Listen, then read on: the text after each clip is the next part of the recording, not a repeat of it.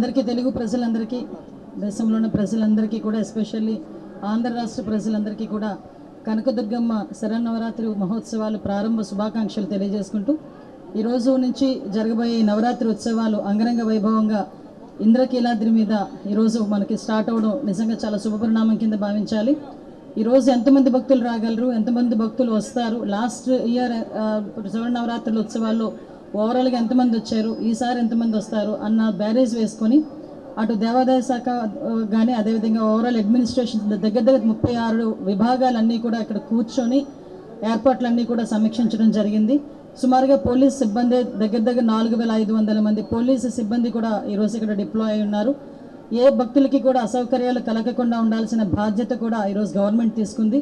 ప్రత్యేకంగా ఈ నవరాత్రి ఉత్సవాల్లో లాస్ట్ ఇయర్ సుమారుగా 13 లక్షల మంది ఈ నవరాత్రి ఉత్సవాల్లో పాల్పంచుకున్నారు అని చెప్పి మన దగ్గర నివేదికలు కూడా ఉన్నాయి.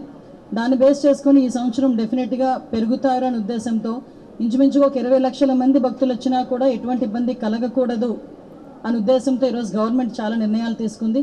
సపరేట్గా ఒక ముసలి వాళ్ళకి కానీ పిల్లలున్న వాళ్ళకి కానీ సపరేట్ క్యూ లైన్స్ కానీ విఐపీస్ వచ్చినా కూడా విఐపీస్కి కూడా ఒక స్లాట్ ఏర్పాటు చేసుకున్నాం. ఆ స్లాట్ బేస్ చేసుకునే వాళ్ళు విఐపీస్ కూడా వచ్చి దర్శనం చేసుకుంటారు.